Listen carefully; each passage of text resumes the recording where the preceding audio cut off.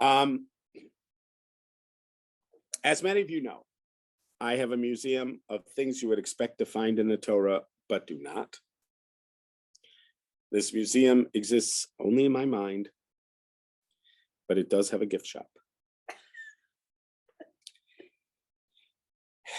There are big exhibits and there are small exhibits. Amongst the big exhibits, entire rooms devoted to the question of why the Torah does not discuss the nature of God. Why does the Torah not discuss the nature of the afterlife? Why does the Torah not discuss the nature of the soul? These each have entire rooms designed for people to sit and ponder what is missing, not to wonder about what is there, but to ponder what is missing. Much in the same sense as Sherlock Holmes,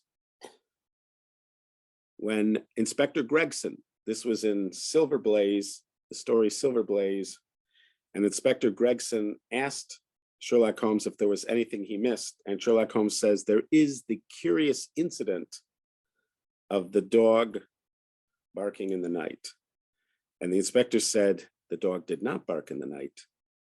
And Sherlock Holmes said, exactly. There is the wonder sometimes at something that is there, but there is also a wonder sometimes at why something is missing. And there are things you would expect to find in the Torah, but do not. And it is the meditating on them that leads to places, opens doors to mysteries that otherwise would not be available. So there are the big ones. And then there are the smaller ones. In fact, some of these smaller ones, I will admit, I'll tell them to people and they're not convinced that they should have any space in a museum of things you would expect to find but don't find. And one of my most difficult ones to make an argument for is fish.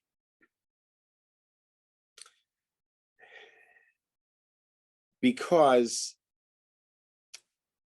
it doesn't really grab you that it's not there. It is sort of there. That's the problem. It is sort of there, but not really, not in the way you would expect it to be there. And what do I mean by that? Yeah, what do you mean by that? I'll tell you the following. If you go back to the beginning, in Bereshit, when man is given his blessing by God, the fish, by the way, the fish, first people get a blessing by God. They are discussed in creation. So I can't say the fish are not there, right? Because it does talk about the fish. And not only are the fish there, but the fish are the first ones to get a blessing. They get the first pru or vu, the fish.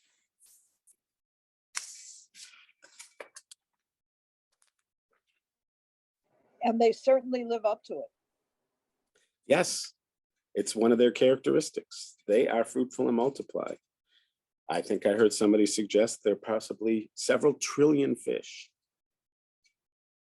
And it says,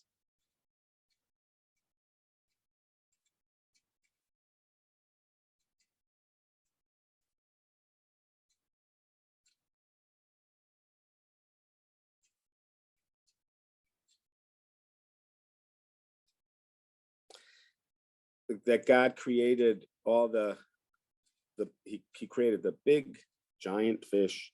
He created the little ones. And he also created the birds.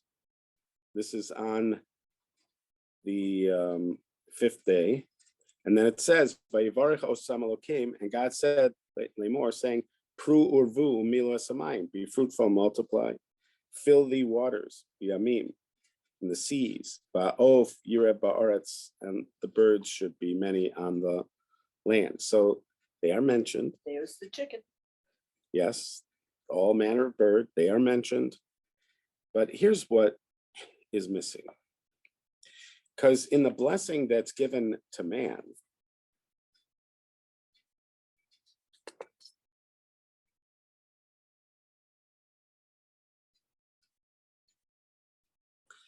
it says, Vayivarech osam, and he blessed them.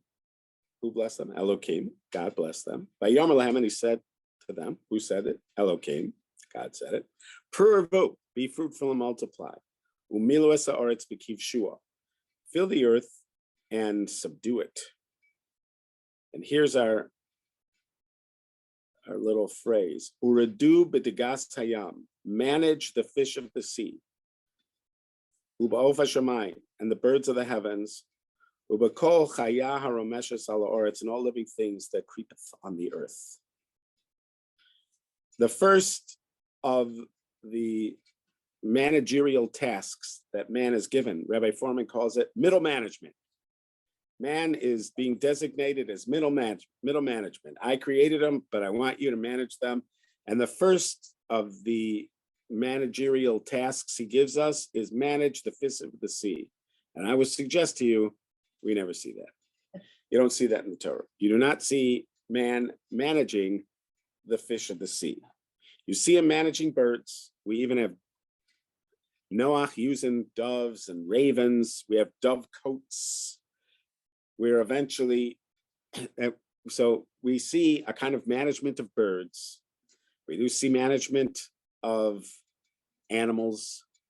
For sure, the kosher animals, we see management of them, herding of them, the usage of them. We do not see the management of birds. There's more subtle things with fish. For instance, we actually, again, some of these. How do you manage fish? So Liz asks, how do you manage fish? Fine, I get the question. It apparently wants us to manage fish. The Torah says manage fish. God said manage fish. And I'm asking him, how do you do that? Right. God doesn't need you to ask him how to do it. Just go do it. Did you not hear? I can't. I would reference the Bill Cosby Noah thing, but we're not referencing Bill Cosby, so we're just not. You don't really see anybody ever eating fish. You do have a reference where the Jewish people remember eating fish in Egypt, but you don't see, it's never part of a story, somebody eating fish. You don't, it's not part of any story that I know of where anybody catches fish. Again, you might have it in the Midrash, but you don't have it in the Torah. I don't think you have it in Tanakh. There's references to fishermen in like prophecies, but a story where somebody's eating fish. You do have a story where a fish eats a person, but you don't have a story where a person eats a fish.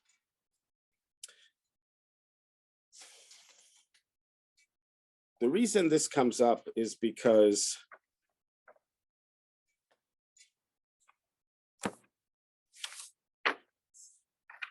this week's Torah portion, which is the beginning of Leviticus, beginning of Vayikra, begins a detailed discussion of sacrifice.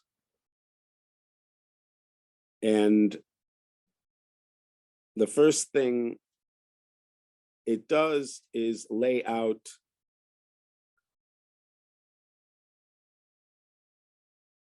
the various offering options for the elevation offering, the whole burnt offering.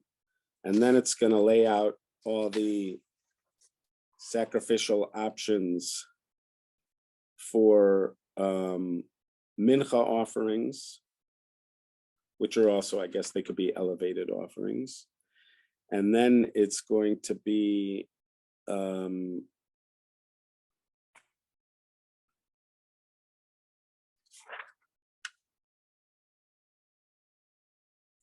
peace offerings.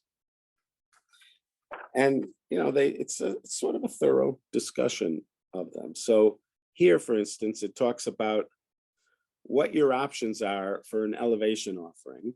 And it goes through, you can bring cattle or sheep. And when we say sheep, we are including goats in that. So there's the cattle section. and there's a sheep section, which includes goats. And then maybe you're not bringing those, so you want to bring birds. You can bring birds. Those are an option. If you bring birds, those are doves and turtle doves, which again are fairly domesticated. You have dove coats, not quite as easy to access as like sheep or cattle. And then it goes on to mincha offerings, which are grain. In the general category of mincha, you have grain, which would be wheat or barley.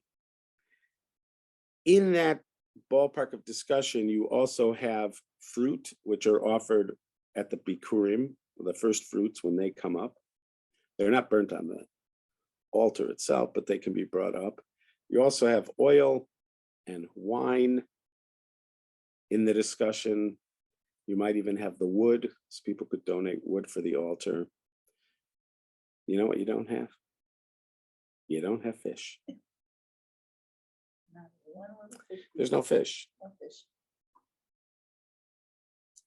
I'm going to let that just sit with you for a minute. Especially if there's any one of you who doesn't think this is an important question. You're just going to sit with it as a kind of punishment.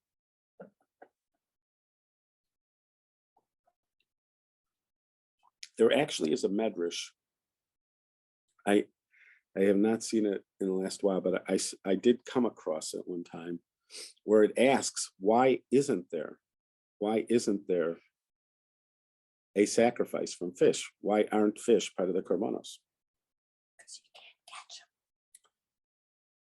The answer is not that you can't catch them. The answer that's given over there is they don't look like people.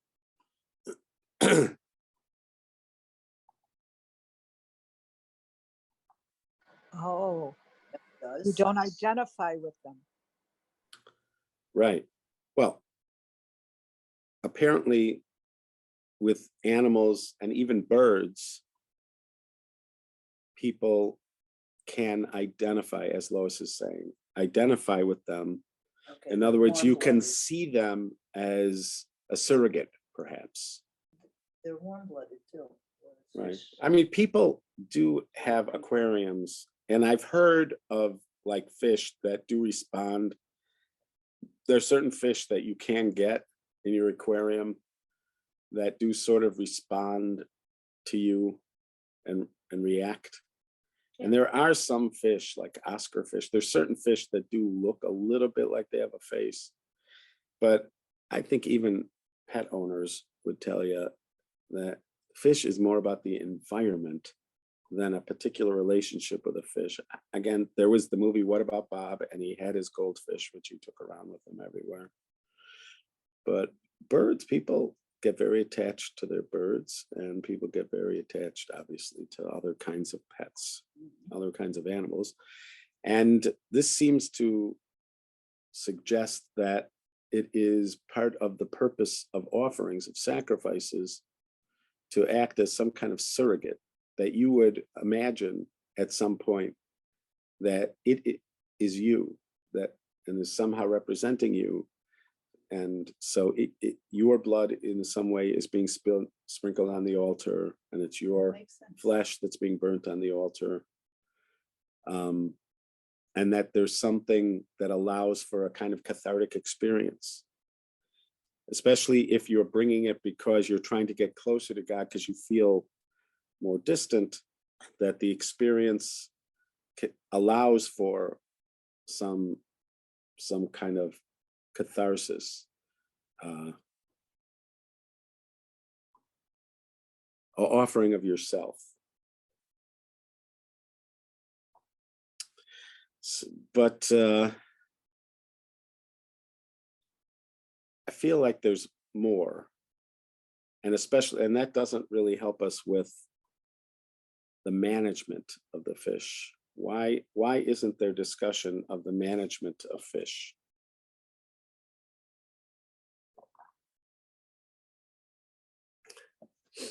On Shabbos, it is a custom to have fish at each of the meals.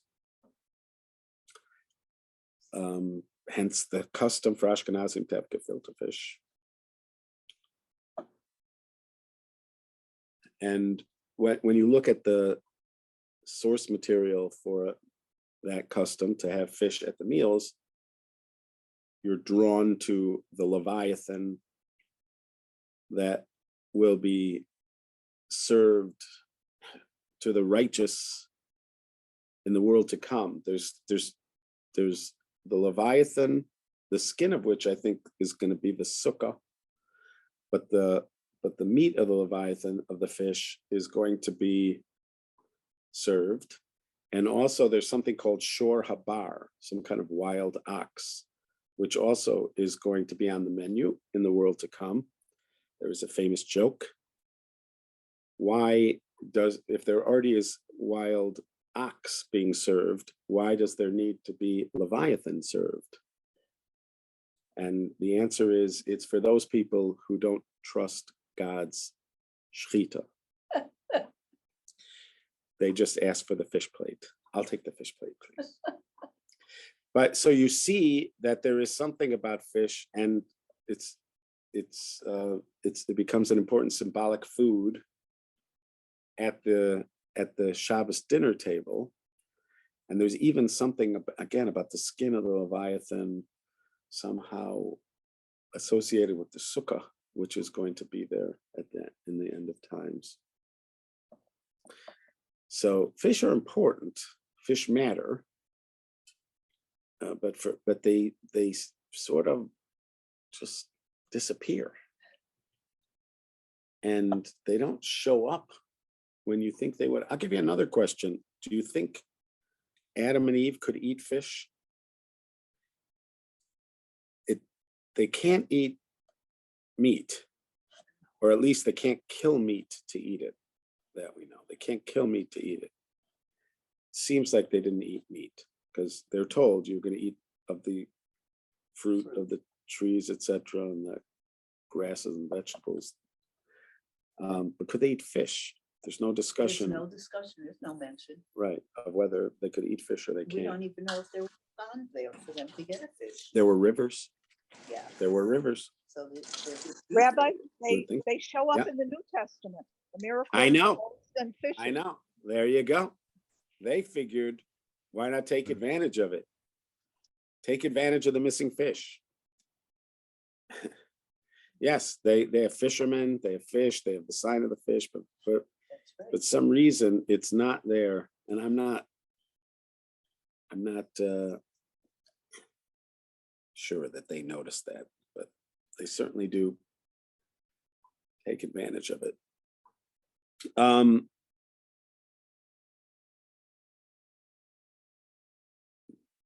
If you look at the meaning of fish, this month, usually the month of Adar, when Purim happens, it is also the mazel of fish, Pisces. It usually is. What is it right now? Do you know? What is the zodiac? Where's Pisces right now? What is the sign of zodiac? Pisces. Pisces. Is it? Yeah. Okay. Lois, aren't you a Pisces? Certainly am. Okay. Wait, Lois? Okay. All right, good. All right. So yeah, so it's Pisces.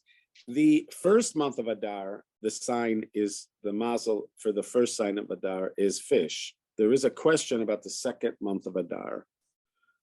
There are some who say that the fish sign sort of holds over for the second Adar also, but there's another one that says Ayin, that there isn't one.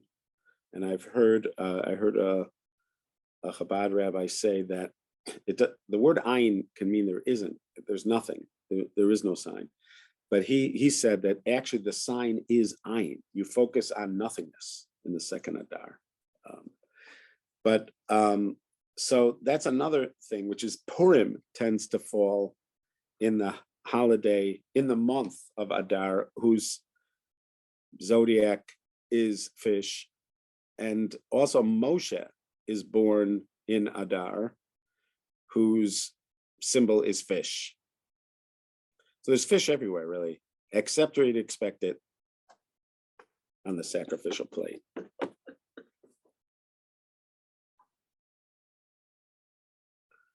when they talk about the significance of Pisces, again, it is a weird thing that it seems like from the time of Abraham, we have been told to get away from astrology, but we just can't entirely get away from it. So even though he is told, say minus shecha, leave your astrology, according to the Midrash, don't make prognostications based on horoscope. Just trust in God and do your work, and things will happen. In this case, you're going to have children, even though it doesn't look like you can have children in the stars, you're going to have children. So, but he said, it says, say meha itzdag mino shecha, leave your astrology. And yet you still find, I mean, they have done excavations of synagogues where they have the zodiac, like on the floor. And also they found, I've been to a synagogue where they showed that there was like a zodiac, like in the ceiling, on the kind of ceiling, which surprised them. If you look in mystical works, even in Hasidic works, if you look in Hasidic works, you'll see that each month has a tribe associated with it, a body part associated with it, and an astrological sign, a sign of the zodiac associated with it. So fish are discussed, and whenever they're discussed, there are two primary qualities that are mentioned. One is, as Lois was mentioning, because, and I'm assuming, as Lois was assuming, that it is because of the bracha. They are the ones to get the bracha, the first ones to get the bracha of be fruitful and multiply. So one of the symbols of fish is fruitful and multiply. So on Rosh Hashanah, when we have the simonim, when you have the various foods that you're eating symbolically in order to ask for a good year, you have fish, and the fish is nifrev and nirba kadagim. We should be pruervu. We should be fruitful and multiply like fish. So one of the things that they say about fish is that they are fruitful and multiply. Another thing that they say about fish is that also it says in the blessing, Yaakov gives a blessing, v'yidgu larov b'kerev ha'aretz, v'yidgu. You should be like fish. You should be many in the land. So so that notion of many. And then another one is that they are, you don't see them. You don't tend to see them. And because you don't tend to see them, it means that they're impervious to ayin hara, the evil eye. They're impervious to the evil eye.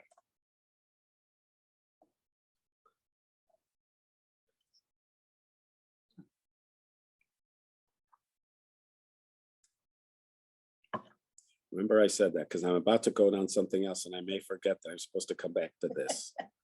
Okay. Today I was talking to Rabbi Daniel Fox at Dar Henon, and I was telling him that I'm working on this thing with the fish. So he told me, just in general, he said that he's always been fascinated with scuba diving and seeing fish. He said he has a friend who scuba dived, and he just, when he described to him the experience, and he just felt like a longing to be able to experience something like that, because you're able, it's like another reality. You're entering some other kind of reality. There's life there. There's like an entire kind of universe that we are completely disconnected from. There's this realm of mystery, which seems to be related to that notion that they are samei me'ha'ayin, they are removed from the eyes. You can't see them. And we, even having a kind of stream of consciousness conversation there, that notion of something being sort of hidden from the eyes, that felt like very much a Purim message. In fact, there is a word play with Megillas Esther, that Megillas Esther means to reveal that which is hidden. Esther is, if Esther was a Hebrew word, it would be related to the word Samach Tov Resh, which means hidden. Anochi hastir astir es panai, God says, I will surely hide my face. So the word Hester panim is God's hiding of his face. Nistar is one of the ways we describe the mysterious part of Torah, that which is hidden. What is nistar? That which is hidden. So, and ligalot means to reveal. So you have Megillat Esther, revealing that which is hidden. And you have the notion of wearing masks, which is often explained that way, that we wear masks because we are reflecting the idea that Purim represents what we call a hidden miracle. God is sort of hidden in the miracle. We sense him. We sense that something miraculous just happened. We've had those experiences ourselves, where you're in a moment and you sense something miraculous just happened, but you look around you and you don't see God. Right. It's what we call a nes nistar. It's a hidden kind of miracle. And Purim is often cited as one of the great examples of nes nistar, of something which is hidden. So you could see the connection between fish and Purim. And then we were thinking about Moshe Rabbeinu. Moshe Rabbeinu, who had said is born in Adar, which is typically under Pisces. So he too, in a certain way, is hidden. He is called the humblest of all men. And one of the experiences when you're around a very humble person is that they can sort of almost disappear in a crowd. They're very adept at making you feel comfortable around them, and to think that there's not much there. There's not much going on there. That's one of their skills. Now, Moshe couldn't hide it. Moshe is the leader of the Jewish people. But one of the great moments, I mean, it wasn't a happy moment, but it's one of the great teaching moments in his life, is when Miriam and Aaron are talking about him, and they say, we're also prophets, and God has to instruct them. You're not the same as him. You're not the same as him. He's on a completely different level. Now, this is his sister and brother. They know him better than anybody knows him. And they don't know that about him. And that's perhaps not surprising, because those parts of him that don't need to be known, he wouldn't tell you, because he's the humblest of all men. And that's what happens to the humblest of all men. So I'm going to suggest that even with Moshe, even someone who is mentioned more than any other person in the Torah, he is still enigmatic to some degree. So this notion of being hidden sort of fits there. But I was running up against it with our other questions. I wasn't at that time during that conversation. I just wasn't exactly feeling it when it comes to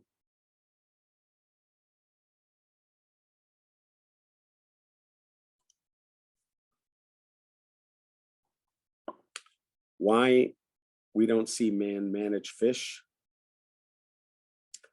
and why they're not in the sacrifices. So I have one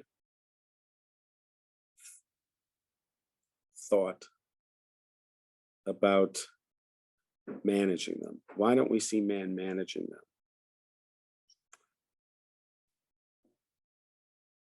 Maybe the management is just keeping their living spaces clean. Well, nowadays, Yeah. Liz is suggesting maybe the way we would manage it nowadays is to try to keep it clean, not to overfish. I think there might be some things that we think about now, but We didn't think about that. not long ago, and it certainly didn't come up in the Torah, seeing them manage it. So this is a little bit mystical, and it's not a whole idea. This is touching something, but not holding it, Free like an eel. right? Which is that, let's say fish do represent that notion that they are out of sight, Evil eye. right? That the evil eye cannot get at them. So there is a medrash. The medrash says that it says God created light on the first day. It says he put the sun, the moon, and the stars in the heavens on the fourth day. So which was it? Is it the first day or is it the fourth day? So one answer to that question is that he created a light on the first day, but it's not the same light as the light that is going to be shining in the heavens on the fourth day. But rather, there's several different ways to articulate this matter. I'm choosing one way to articulate it. There are other ways to articulate. I'm articulating this way. This is not the same light that comes from the sun, the moon, and the stars on the fourth day. This is a spiritual light. This is a light that's more like enlightenment. This is a light that helps you see from one side of the world to the other. The problem is that in the hands of the wrong people, this light would be disastrous. So therefore, God hides the light. He hides the light. So when it says the wrong people, I think it explicitly says Rishaim, the wicked people, evil people. So he puts it away for the righteous, who will be able to use it in the world to come.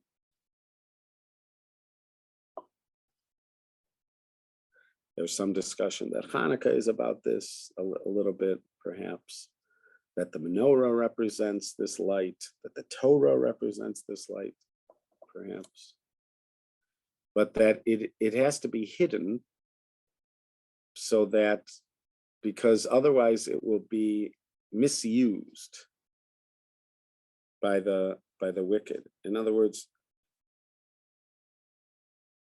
what is language that sounds like that? The language that sounds like that is ayin hara, the evil eye. That there's something about, there's a kind of vision or kind of sight, and I know it means something deeper than this, but it just tickles your memory a little bit, this medrash, and suggests the notion of ayin hara, that there can be, what would wicked people do with, that would be so bad with this vision? What would they do? But we have this thing called ayin hara, that there's a kind of look that you can give that is just contains jealousy, hatred, and that there's perhaps even some kind of force that's unleashed when somebody looks at you in that way. And fish they hide from it. Fish are protected from it. They hide from it. Could it be an indication? In other words, could it be that there was supposed to be a kind of management of the fish, but there's something about mankind when they're not, when they're acting bad, that puts that causes them to go into hiding, that they are in some ways some kind of indication when things are not well, when we could cause harm. For some reason, the fish, and therefore, yeah, so they sort of go deep. They are hidden from the eye so that the evil eye can't get at them. There is even like, it's sort of one of the weird things is you don't see the fish in the Noah story. That is one area where not finding fish does spur question that people wonder, why doesn't it talk about the fish? Noah doesn't save fish, doesn't seem to be. There's no discussion of what happens to them. The earth, the stuff on the earth gets destroyed, everything, the animals, everything, but there's no discussion of the fish. Like there's something about evil. There's something about that where the fish can't be evil. Right, but they somehow They go deep, right. stay away from the. Right. And so in some ways, there's a kind of, perhaps you could argue, a kind of indication when something's wrong, so to speak. If you can't see the fish, something's wrong. That's why you can't see them in Noah, because something went terribly wrong. And when things go terribly wrong, you can't see the fish. Eventually, in the world to come, there's going to be the Leviathan. We're going to eat the Leviathan. We're going to have Leviathan skin sukkah. In the world to come, the Leviathan is going to be draped out for everybody to see, the great fish. But that's in the world to come. In this world, just like that light, perhaps, as a kind of reflection of that light, or maybe a parallel kind of notion with that light that needs to be hidden from the beginning until the world to come, because it could be misused. And there's something about the fish that they hide.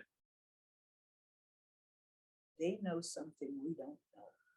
Yes, it's like those animals that know when a tsunami's coming, and they all gather.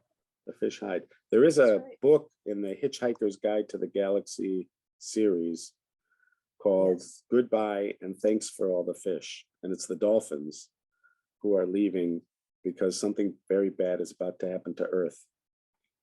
Okay, now I have a question. If they're leaving, where are they going to go? Where they came from, because obviously dolphins are aliens. That was the whole point.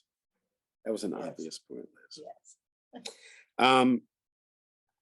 Yeah, so let's say that's the case with fish, that they somehow, like that light, are sensitive and need to be hidden from the gaze of evil.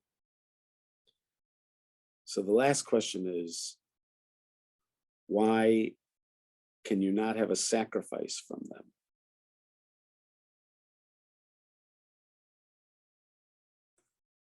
Why don't you have a sacrifice from the fish?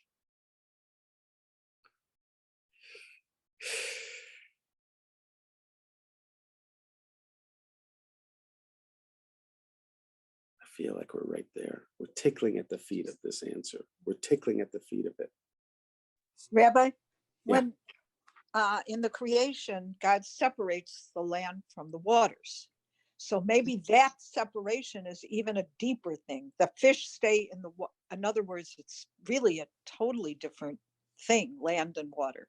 And somehow the fish are in another. But there's like lower waters and there's upper waters. Yeah, the then fish they're are in the lower waters. Right. Right. Yeah.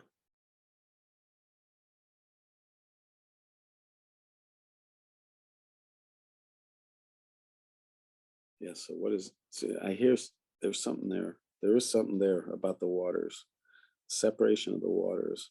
That separation, it doesn't say to, it doesn't say V'yar Elokim ki tov. It doesn't say, God does not say it was good at the separation of the waters. He says it was good twice on the third day, but he doesn't say it on the second day because of the separation of the waters. There's something about it that he can't declare is tov. Now, one explanation is it's not finished yet, and that's why he can't do it. But also, separation is a very necessary part of creation. The creative act requires separating, distinguishing things from each other, separating them from each other. And there's several times in the creation where God has to separate. And that's very important. Like you're saying, from light and darkness, he separates the upper water from the lower water, separates the land from the water.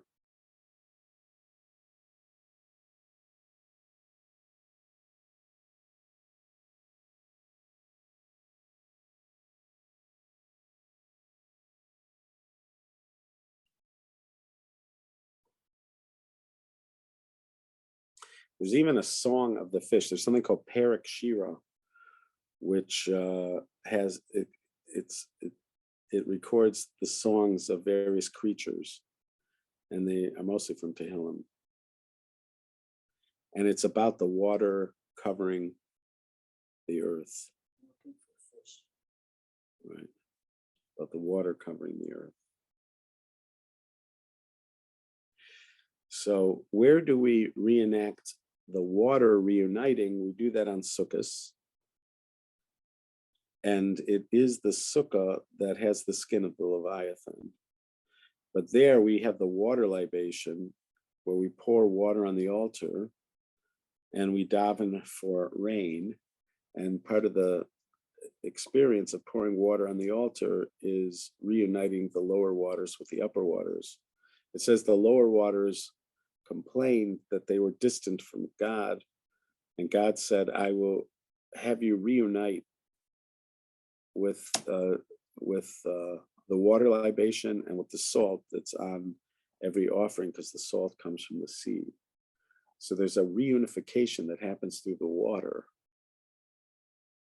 So there is something about that. They're in the water. All right. I give it to you as homework. Part of this, again, part of our questions, the connections to Purim and Moshe, the odor being a fish, the connection to hiddenness, that works, I think. The notion of hiddenness is an important theme in Purim, and I'm suggesting with Moshe. But, and even you could say it works for why man cannot manage fish right now. Eventually you could say we're gonna manage fish in the world to come, but we can't manage them here because we would do them harm. They need to hide from us, like the light. But it just seems to want to go too deep. That was already pretty deep, but it seems like to want to even go deeper at when it comes to the offerings. So I leave it to you as homework. I expect you to send in answers during the week, preferably before Shabbos, if at all possible. I'm very grateful to have this opportunity to learn with you guys. I look forward to doing it next week. Thank you, Rabbi. Thank you so much. No fish Bye-bye. Bye-bye. for answers. Bye-bye.